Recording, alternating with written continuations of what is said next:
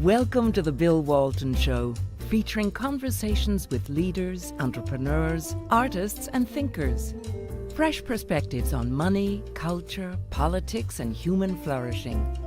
Interesting people, interesting things. Welcome to the Bill Walton Show. I'm Bill Walton. In every war, there are conflicting reports, propaganda, mistaken assessments of adversaries' strengths or weaknesses, competing agendas, of course, war profiteering, blunders, leaders trying desperately to hold on to power against rival factions. The Russian-Ukraine war seems to top the charts in all these things, plus a lot of others I didn't mention. I try to follow events somewhat closely, but in this case, it seems impossible for the ordinary observer to figure out what's going on. But what does seem clear is that looming on the horizon is the very real possibility of a nuclear war as more and more countries are drawn in. And just this week, the German Foreign Minister, Annalena Baerbock, seemed to state bluntly that Western allies are indeed fighting a war against Russia. To learn what we should be thinking about Russia, Ukraine, and where it's heading, I've asked my increasingly frequent guest, Dr. Stephen Bryen, a senior fellow at Center for Security Policy in the Yorktown Institute, to explain. Stephen has over 50 years of national security experience with a long resume that includes serving as senior staff director of the U.S. Senate Foreign Relations Committee and several stints in the Pentagon, where he was known as the Yoda of the arms trade. We're also joined by David P. Goldman, thrilled, Spengler columnist and deputy editor for the Asia Times and PJ Media. He's president of Macro Strategy and Washington Fellow at the Claremont Institute. David has vast subject matter expertise in international affairs and security matters. Stephen and David, let's start with this. Stephen, you wrote a piece this week titled "All Is Not Well for Ukraine," and you set off sort of a firestorm of comments and replies and debate. Why don't you go ahead and explain? We'll get started there, and then Stephen or David, if you'll join in, if you two can talk with each other of this topic, I'm sure you're going to think of questions that wouldn't occur to me. Well, I think where I started was that most of the reporting about Ukraine that we're hearing in the West is not very balanced, and it doesn't really tell you what's going on. And it mostly reflects propaganda from the Ukrainian side. And what we're really seeing on the ground is something rather different, that the Russians have organized themselves better. They're not geniuses about this, but they're very stubborn, and they're very, they're backed up by lots of equipment and lots of troops. And they're beginning to gain ground in the eastern Donbass and the southeastern Donbass more recently, in the Zaporizhzhia area. And it's looking more and more that the Ukrainians are taking very heavy casualties, extremely heavy, hundreds a day. Casualties, which they can't sustain. And what I was trying to say is, hey, look out here. Just pumping more stuff into Ukraine is not going to change that much the outcome, that it's going south. And it may be going south faster than we think. And we should be realistic and understand what's going on and take appropriate action, which in my case, my personal belief is diplomatic. So that was the thrust of it. I don't know if I've summarized it correctly, but that's what I was trying to say. No, it was a terrific piece, Steve, and one of the best read contributions to Asia Times for the year. And you made the point, I think, very eloquently, that a few dozen tanks are not going to really make any difference in the strategic balance.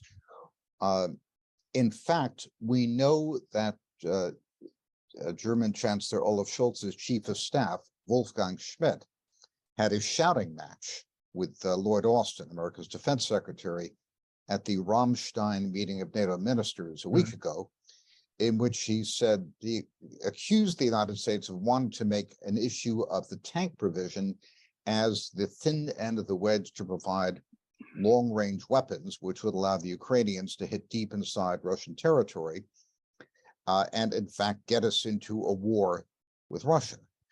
Shortly after that, Anna Baerbock, the German foreign minister, as Bill mentioned, stated, "We are at war with Russia."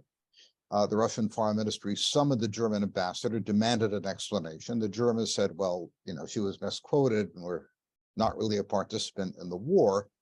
Yeah. But that kind of thing definitely gets the undivided attention of the Russians.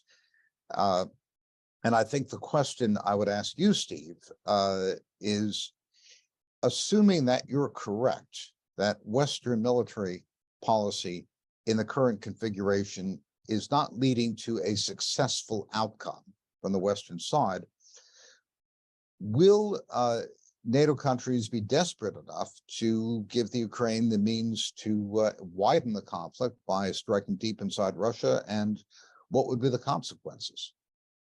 Well, I think they won't provide that kind of weaponry. I mean, I think there's real resistance, even in Germany, which has a rather flaky government, in my opinion, compared to the others. Well, they're all pretty flaky, not very good, but I think the French ran away from it today very clearly. We're not at war with Russia. We don't have any war with Russia. We don't want any part of that. And I think now maybe reality's starting to set in a little bit in Europe, that the next target is not going to be in Ukraine. It's going to be in Europe. And that's what I think is starting to get, they're starting to understand that. And I think that's been the threat all along, that this could spread, that this war could expand. And Putin's been, I don't like Putin very much, but he's at least restrained the Russian side to focus just on Ukraine and has not broadened the battle, so to speak. But I'm sure he's tempted. I'm sure he is. What do these tanks mean for the escalation? Everything I know, I read on the internet, which of course is absolutely true, but there are images now of these tanks coming in. They're too few, too late, too obsolete, and we're sort of setting up what some people called a Kasserine Pass in Ukraine as these tanks are blown up. Well, they'll be blown up because the Russians have anti-tank weapons that are capable of blowing them up, and they've already blown up more than 10 of the German tanks, the Leopards, in Syria and in Iraq. So that we know that they're very vulnerable to those kinds of weapons. So there's no secret sauce here. None of these tanks, including the Abrams, which will be sent in 3 or 4 months, because they have to be built, none of these tanks have active defenses. They don't have the equivalent of the trophy system that the Israelis have developed. So basically, they're sitting ducks for capable anti-tank weapons, and the Russians have the Kornet anti-tank weapon, tandem warheads. They have all these devices that are tank killers. And the Russians know about getting tanks killed because a lot of theirs, a very large number of theirs, have been destroyed in this war, even with reactive armor and other things, but not with active defense systems. So I don't think they're game changers. There aren't enough of them anyway to talk about.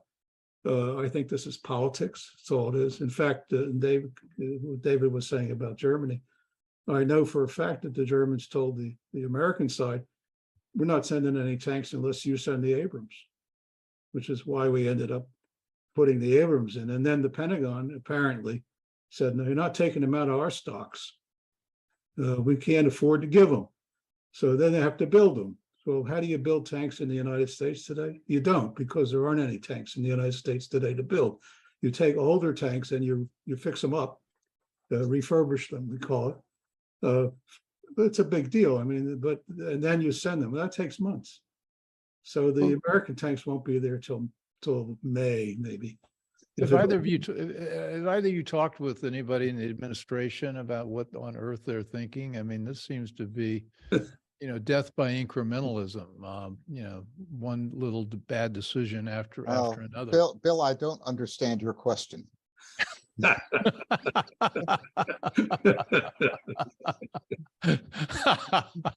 Fair enough. They're just digging a hole. Let's be honest. It's deeper and deeper. Now, Steve, how does this play out? One way it could play out is that there's a stalemate and a North Korea, South Korea kind of DMZ line and an armistice where everyone sits behind it and glowers at each other, but doesn't do much while the diplomats push cookies and push the thing out for years. Another possibility is there's a serious escalation. How do you see the end game? There's another possibility, and that is that the Ukrainian government collapses and they put in a pro-Russian government of some sort and make a deal. So there are different options, there are different possibilities. I don't call them options here. A lot of that depends on the military situation. There's been a line of contact since before 2014 between the Donetsk republics, the Luhansk and Donetsk, and the pro-Russian side. And the Russians were fueling that with arms and supporting their friends there. Now, you said before that you were quite sure that the West would not give Ukraine weapons to strike deep inside Russia and widen the conflict. Yeah. I'm less convinced because I have the sense that people like Tony Blinken, for example, and Victoria Nuland are such ideological fanatics that they will take serious risks in order to avoid a humiliating outcome for NATO. What do we have to send? Well, I mean, maybe the longer range HIMARS. Long range HIMARS, ATACMS, and so forth. But yeah, ATACMS they're not sending. I mean, at least so far, the Pentagon said no. Yeah, so the Pentagon certainly is displaying a high degree of realism and caution, but I'm not sure that that's the only voice in the administration. Certainly, the uniformed military understands what the stakes are and are trying to be responsible, but I'm worried that others in the administration might not be. General Milley this week has made some interesting comments that require attention. First of all, he said the casualties on both sides are very high. This is something that Ukrainians keep trying to hide. But saying that, it's not a symmetrical conflict, it's an asymmetrical conflict. The Russian side is much heavier, much bigger, more troops, more capabilities. So in a war of attrition, Ukraine loses. That's what it means. Secondly, he said there was no chance that the Ukrainians could defeat the Russians. That was out of the question for this year. That means all of 2023, which means it's out of the question, period. They can't push them out of where they are. That's what General Milley was saying. And he said the only logical approach here is a negotiation. Now, I don't know if he's convinced Lloyd Austin of any of this. But, at some point, Austin has to pay attention to his Joint Chiefs, and he has to understand the military situation, and he has to go in front of the president and say, Mr. President, we're losing this one, and we better figure another solution because this is not. Well, I want to go back to that question that David said he couldn't hear, which is Victoria and Tony Blinken, and do they have they articulated any end game here, what our strategic objectives are and what a victory would look like to them? I haven't seen one. Maybe David has, but I haven't seen anything. One of the most incomprehensible things I've ever read was a David Ignatius interview with Tony Blinken in the Washington Post yesterday or day before. Some people interpret it as Blinken proposing a negotiated solution. I actually couldn't understand a word that was said.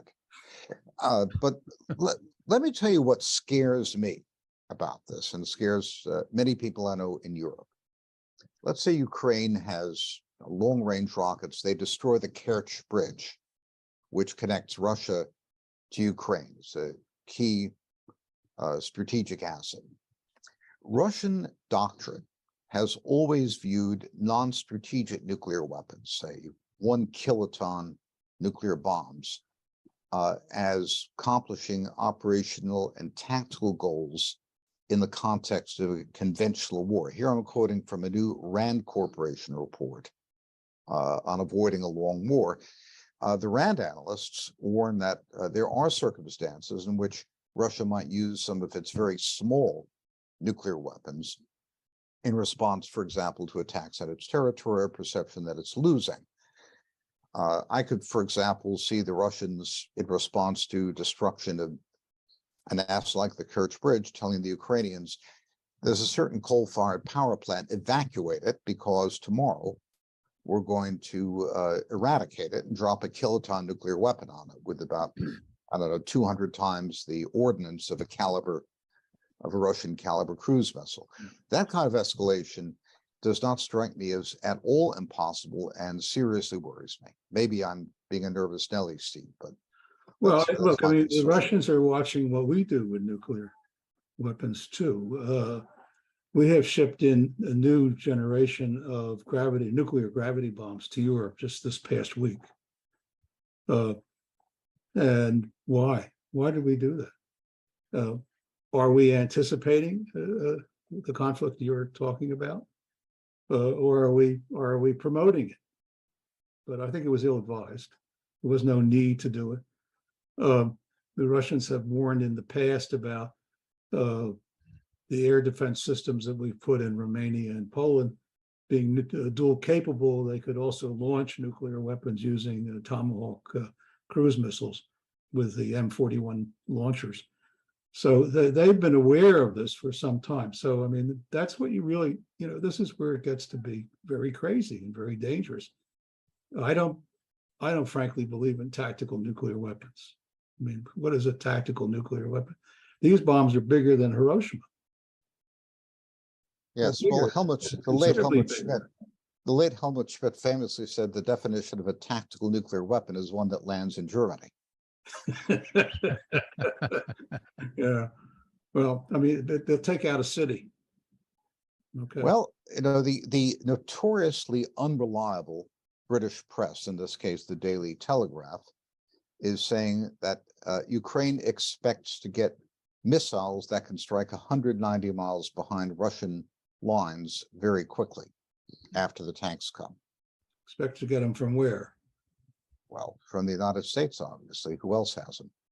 I think the Russians will then pull out all the stops. I think the game is coming to an end point, because I don't think that's going to stay slow rolling like we've seen it up to now for much longer. The Russians are preparing an offensive. Everybody knows it. It's going to be a big offensive. And I think they're intending to push the Ukrainians way back. And hopefully, I think from the Russian point of view, they would like to be able to force a conclusion to this conflict if they can. The US has been the one holdout. I mean, the Europeans want to sort it out. I think even the Germans, I don't understand the Germans at the moment, but to the degree they're rational, they want to sort it out. The French want to sort it out. The British, not so much. The other European countries absolutely want to sort it out. I listened to the Croatian president, Zoran Milosevic, today. I don't know if you heard him, but he thinks this whole thing's crazy, absolutely crazy. He said, what are the Germans doing? Do they want to repeat what they tried 70 years ago? You can't believe it. And I think that this mood is growing. But I don't, the wild card, the holdout, the problems, United States. The United States has consistently refused to conduct any negotiations on solving the Ukraine mess over time. They refused to participate with the Normandy group in the agreements that led to the two Minsk agreements in 2014 and again in 2015. They have constantly said there's not going to be any negotiations with Putin, and we're not going to talk to the Russians about this. In December 2021, when the Russians asked the United States and NATO for a diplomatic process to deal with Ukraine and to deal with the European security, they were unilaterally rejected by the United States and by NATO. So the Russians have, come to the conclusion that they have a serious problem that they can only solve militarily. So is Putin, we talked about the potential for Zelensky to be overthrown in a coup. What about Putin? I mean, we hear that, he's sick, he's got enemies. He has all these sorts of threats that that he's facing. What, as I mentioned at the outset, none of us knows what's true or what's not true. How do you assess Putin's position? He keeps showing up for meetings and he looks okay. I mean, Yeah, I think we have done everything possible to secure his position by convincing the Russian elite that if Putin goes down, they will all go down with him. There will be massive asset seizures, there will be war crimes tribunals, there will be no survivors. So by making this a war effectively for regime change and threatening the Russians with not just asset seizures, but also war crimes tribunals, this has caused everyone to rally around Putin. If we wanted to ensure his absolute leadership there, we couldn't have done it better. I think that's right. If you look at the Russian television, which I watch a little bit of, I hear more aggressive talk, a lot of that, some of it crazy, aggressive talk about, destroying Ukraine, destroying NATO, all this stuff. But you don't hear any criticism at all of the government, only that we need more forces, we need to fight better, that kind of thing.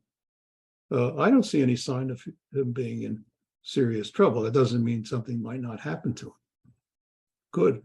Well, there are all these hopeful comments here that, well, he's run out of soldiers, 500,000 Russian men have left the country, and that he can't continue fighting a long, grinding it out war like Stalin did because he won't have the soldiers. And I guess there's the Wagner group that seems to be staffing its military from the penitentiaries in Russia. I mean, how much of this is true? I mean, what? Well, that's true. I mean, there's no doubt that with the Wagner group, I mean, the Russians get a twofer. They empty their prisons and they get these guys don't come back home. Cannon fodder. Yeah, dirty dozen. So, I mean, from their point of view, it's not a bad deal. But I don't see any sign that the Russians lack manpower. They only did a partial mobilization of about much larger mobilizations if they want to. That they're talking, certainly with me, much about what they ought to do, but it seems like public opinion still is fairly dug in on the narrative that plucky Ukraine is fighting the terrible Russians, and that there's only one way to think about this it's in defeating the Russians in war. I mean, that as crazy as that sounds, I think a lot of people. Well, the Ukrainians have fought very well and very hard, and they've been, I think, from a command and control point of view, superior to the Russians overall. But they've, remember that the troops they started with aren't the troops they have now. That for the most part, the first line, the first army, someone's speaking now of the third Ukrainian army because the first one's gone, the second one's gone, and now we're on the third one. So, I mean, how much can they do? It's asking an awful lot. And for what? I mean, the territories that they're never going to have peaceful relations in those territories, even if they took them back, unless they drive the Russian-speaking people out of Ukraine altogether, because they're Russian-speaking areas. That raises the question: what were American strategic objectives in this to begin with? Certainly, there is an element of the administration personified by Victoria Nuland that believes with religious fervor that Russia is destined to be a liberal democracy and that our goal in one way or another should be regime change. I don't think everyone at the administration thinks that, but if we didn't want that, we certainly could have agreed to the Minsk II formula. This is something you wrote about, Steve, in Asia Times, where autonomous Russian-speaking zones within a sovereign Ukraine would have satisfied Russian requirements. If we had done that, Putin would have had no basis for an invasion. So we sandbagged that. We prevented that from happening. As you pointed out, Washington and London were against that, where Paris and Berlin were amenable. What did we think we were doing stumbling into this thing? Well, I think what we thought we were doing is putting NATO in Ukraine. I mean, and that's what the Russians thought that we were doing as well. I mean, if the Russia lost its buffer in Eastern Europe from the Baltics down to Romania. They lost their entire buffer, which was their award for winning a big part of World War II. And they lost it. You can argue about that, but the Soviet Union collapsed. There was no reason for those countries to remain under Russian domination, and they didn't want to because the quality of life wasn't what they wanted, and the political freedoms weren't what they wanted. All that is true. But then the Russians extracted promises from us that we wouldn't expand NATO further, and certainly not to Ukraine, and we broke those promises. Absolutely broke those promises, and we invited Ukraine to join NATO, and we made them a kind of associate member anyway, even without being voted on, so that we could begin training the Ukrainian army and moving equipment, especially electronics and other stuff, intelligence capabilities, all that into Ukraine over 7 or 8 years. And the Russians said, well, what's this all about? They're going to attack us, so we better attack them first. So that's really what the basis of this invasion was. The Russians tried a last-ditch effort to get negotiations. We refused, which only confirmed again in their minds that our intention was to turn Ukraine into a NATO stronghold facing Moscow. It's quite close to Moscow, after all. Well, So, Yeah, let me jump in here. This is the Bill Walton Show, and I'm here talking with David Goldman and Stephen Bryen about the situation in Ukraine, Russia, and we seem to be coming up to some point of no return. Is there a point of no return, and what should we be doing to shape public opinion in the United States to get Victoria Nuland out of the catbird seat and somebody else in who can bring this thing to negotiated settlement? I wish I knew Well, how you do that. I think there are a number of things that can happen that will shift sentiment. Let me give you an example. Russia, as I mentioned before, announces in advance that it's going to destroy Ukrainian coal-fired plant, tells people to evacuate, and then drops a small nuclear weapon on it, 1,000-kiloton weapon. That's the end of it. What happens in the West then? Is there an appetite for nuclear escalation with Russia? Well, no. There's no way. We don't want a nuclear war. At that point, the West will freeze up, and the Russians will have won. So if we push this to the point where the Russians use a so-called non-strategic nuclear weapon, that's an end game which loses for us. Of course, we'll have permanent sanctions against Russia and permanent enmity and so You're forth. talking about hundreds of thousands of deaths.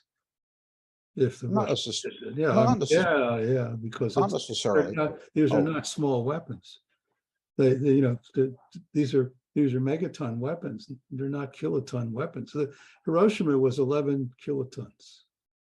Yes, they have. The The Russians have 1 kiloton weapons, and I'm talking about the use those of are the one of first- those in an area which they've already told the Ukrainians to evacuate. So it's not hundreds of thousands of deaths. Well, I don't want to. I really hope that Putin has more common sense than to try that scenario, because I don't know what we would do. We have gravity bombs, and we could start dropping them on Russian territory. I mean, the whole notion of this is very, very dangerous, extremely dangerous. What we want to do is, I mean, my opinion, the end game should be to stabilize Ukraine, to get Europe back on a peaceful track if it's possible, to work out something with the Russians that makes some sense, and to drop all this garbage about war crimes and all this stuff, because all that's going to lead to is trouble, and see if there's a way to sort it out. That's what Minsk was supposed to do. Unfortunately, then Angela Merkel and Macron said, oh, well, it was all a ruse. It was all a fake. We weren't serious. We just wanted to buy time. So the Russians said, oh, we negotiated something in good faith and you guys weren't operating in good faith. So it's a very complicated problem to even get a negotiation, but we ought to be trying, but we're not. And it seems to me that that's where if we can get public opinion to say to the White House, it's time to talk to the Russians, maybe that's the way to go. I don't know. It's not much of a plan, but it's the only plan I can think of. Well, we've been talking about the need to get them to the table for over a year now, and it doesn't, about a year exactly, and that doesn't. So they've been doing the reverse. They Yeah. should dial 1-800 Putin. You know. David, how would you bring this about if you were, I mean, how both if you're in the administration, which would be ideal, but since you're not, how can we help influence events so we don't end up with the worst case scenario? I think the United States should step back and ask what our strategic interests are. Do we have an existential or even an important strategic interest, and I raison d'etat, for Ukraine to be part of NATO? The answer is no. We do not have a compelling strategic interest in Ukraine. So to have Russophone areas remain under Russian influence, either as separate states or part of Russia or autonomous zones within a sovereign Ukraine, is not an enormous concern of ours. The difficulty we have is walking back off the branch, because having put a gun to the head of every NATO member and demanded, the Nibelungentreue, so the expression for the German support of Austria in 1914, forced everyone to stick their neck out for us. If we say, oh, we changed our minds, then the credibility of the United States is severely damaged. So we have a very unpleasant choice now of losing credibility, or actually losing a war, losing something strategically, which would be even more devastating. So it's very difficult to walk back. The best we could get now is to say, look, this isn't getting anywhere, just have a ceasefire. North Korea, South Korea kind of ceasefire, and then let's negotiate it, let everything settle down for a year or two, and then eventually iterate back to Minsk II, because the American public, as we know from Afghanistan and Iraq and so forth, has a very short memory about these things. And if you let it sit in place for a year, then you can probably, after that interval, negotiate something sensible. So if we just stop, I'm sorry, go ahead. Immediate, just ceasefire in place, tell everyone to stop shooting and start negotiating. It took 5 years for Kissinger to negotiate the surrender of South Vietnam, which is effectively what he did. Let them argue for a year about the shape of the table. Just stop the shooting. Stephen? Well, it depends a little bit on the military situation. Russians are making gains now, as I pointed out earlier. It won't be an easy task to convince the Russians to stop. However, and the big however is that the Russians firmly believe that the only negotiation is with Washington. They don't believe there's any negotiation with Europe, because they consider it toothless. And they don't believe there's any negotiation with Zelensky because they hate him and he hates them. So there's no grounds for talking. So the only thing the Russians say is, well, if Washington wants to really negotiate, let's see. But Washington has said no. So anyway, maybe the ceasefire idea works if Washington leads, like a Kissinger style, except we don't have a Kissinger, leads the effort and appoints someone with real gravitas and seriousness and who can stand up to any fakery or any misleading. The Russians won't be misled this time. I think they felt like they've been sold the beans. Do the politics change now that we've got a House controlled slightly by Republicans? Because there's we've shipped $100 billion, who's counting, who knows where it went, to Ukraine, and we've shipped a lot of weapons. And at some point our and you would know this, Stephen, at some point our cupboard runs bare of stuff. It is run bare already. And so it seems like we've run out our strategic string here, where there's not a whole lot the United States can do to keep this going. I mean, had we not shipped all that, it would have ended with a Russian takeover of portions of the country probably 7 or 8 months ago. So, but that didn't happen. At what point do you think, if we just said we're cutting off the purse, we're not funding this, and then see how it plays out? Is that a scenario that could work? No, I think that would be tricky. I mean, I think the more logical thing would be to try and open a negotiation with the Russians openly, publicly, and say, look, it's time to try and find an answer, and ask the Russians to stop if they can, but they have to get the Ukrainians to stop as well. And I'm not sure they would. Zelensky is hard over about pursuing the war there. Yes, well, if you stop shipping them weapons, they'll have to. Well, that may help, yeah. But And, you know, his burn rate on weapons is staggering. Yes, and we have lots of precedents for dealing with people like Zelensky. I'm thinking, for example, of Bryen. Well, he disappeared, didn't he? He died. Tragically, yes. In a church, if I remember right, in Saigon. Yes. But yeah, I mean, look, we have ways to deal with that, but I think that Zelensky has managed to cajole the Europeans and the United States 100%, right? Yeah, he's driving this to the extent he's driving it, but it's because he has Washington. If he doesn't have Washington, then he has a whole different situation for himself and for his government. It's a very suppressive government in Ukraine. It's arrested all its opposition. Now it's arresting Russian Orthodox priests and that kind of thing. It's got snipers out trying to shoot Russian Orthodox chaplains. It's actually assassinating them in battle areas. There's a lot of stuff going on here. It's pretty lousy. And I mean, that has to be stopped. Well, we need to wrap this up, but it seems to me that time seems to be, based on what you all are saying, is time seems to be on Russia's side, not ours. And as this drags on, they end up sort of doing what Russia's always done, kind of winning with time and inertia and just massive numbers of people to flood the zone. That's kind of what Milley has told us. I mean, he's reading the intel. I don't have the intelligence. He has it. It seems like he's getting at least reasonably solid information that the war is starting to turn against Ukraine.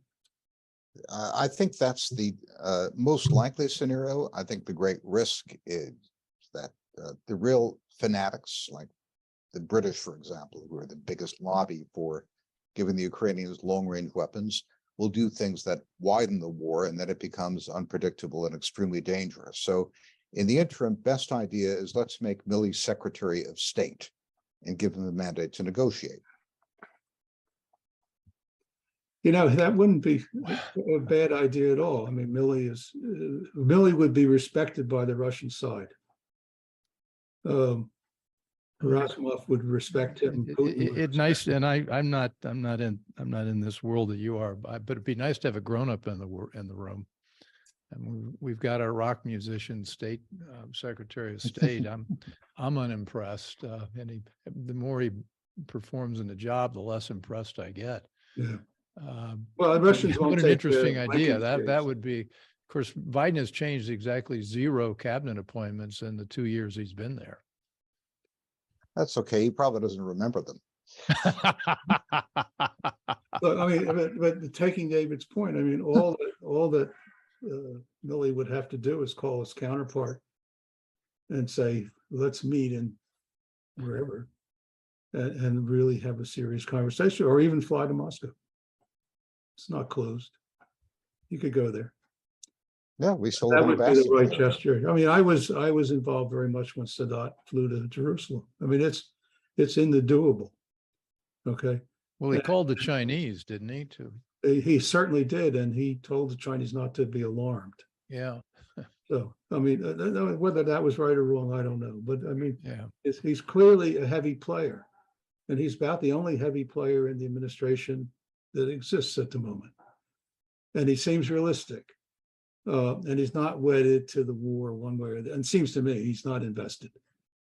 So from the Russian point of view, he's a professional. He's the commander in chief of the U.S. military. From their point of view, he's the big guy.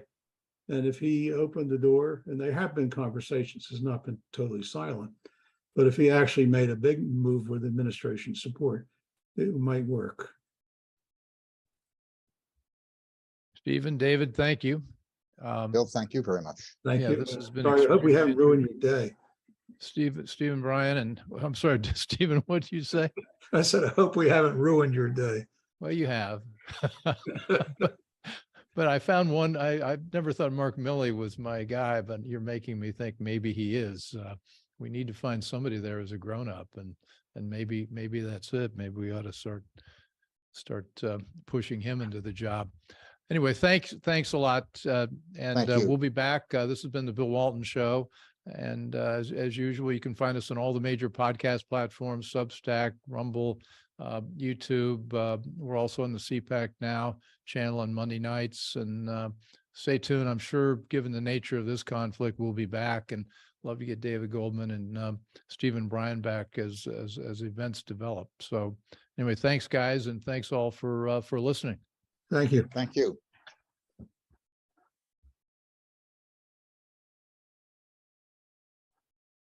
I hope you enjoyed the conversation. Want more?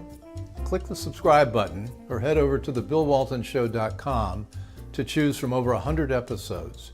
You can also learn more about our guest on our Interesting People page. And send us your comments. We read every one, and your thoughts help us guide the show. If it's easier for you to listen, check out our podcast page and subscribe there. In return, we'll keep you informed about what's true, what's right, and what's next. Thanks for joining.